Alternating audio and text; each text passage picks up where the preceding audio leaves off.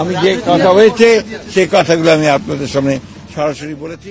আগামী নির্বাচনে গণহত্যায় অভিযুক্ত আওয়ামী লীগ ও দলটির শরিকদের নির্বাচনে অংশ নেওয়ার সুযোগ চান বিএনপির মহাসচিব মির্জা ফখরুল ইসলাম আলমগীর। এমনকি ভারতের সঙ্গে সকল ভুল বোঝাবুঝির অবসান চান তিনি। এ সময় মুক্তিযুদ্ধে অর্জিত সংবিধান রক্ষায় বিএনপি বামপন্থী দলগুলোকে সঙ্গে নিয়ে স্বাধীনতা বিরোধীদের সঙ্গে লড়াই করছে বলেও জানান তিনি। ভারতীয় বাংলা সংবাদ মাধ্যম এই সময়কে দেওয়া এক সাক্ষাৎকারে এমনটা জানান বিএনপি মহাসচিব। এ সময় জামায়াত নিয়েও বিস্ফোরক মন্তব্য করেন মির্জা ফখরুল। বিএনপির এই বর্ষিয়ান রাজনীতিবিদ জানান, বিএনপি চায় আওয়ামী লীগ ও তাদের শরিকেরা সবাই, এমনকি জাতীয় পার্টিও নির্বাচনে অংশ নিক। একটা সুষ্ঠু ও অবাধ ভোট হোক, এজন্য অনেকে তাকে ভারতের এজেন্ট, আওয়ামী লীগের দালাল বলে গালাগাল দিচ্ছে বলেও অভিযোগ করেন মির্জা ফখরুল।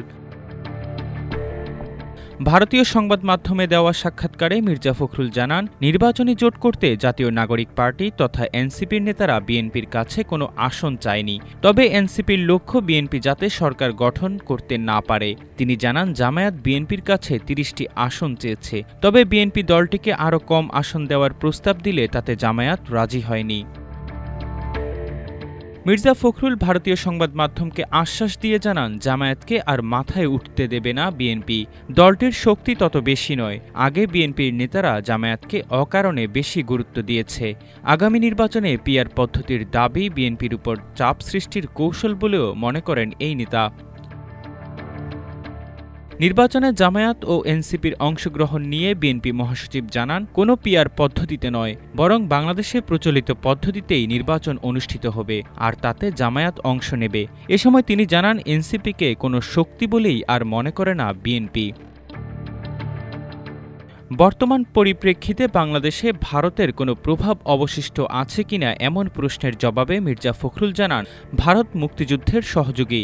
সেই সময়ে ১ কোটি মানুষকে আশ্রয় দিয়েছে ভারত। ভৌগোলিকভাবেও বাংলাদেশের ৩ দিকে ভারত, একদিকে সাগর। সুতরাং ভারতের প্রভাব বাংলাদেশে থাকবেই।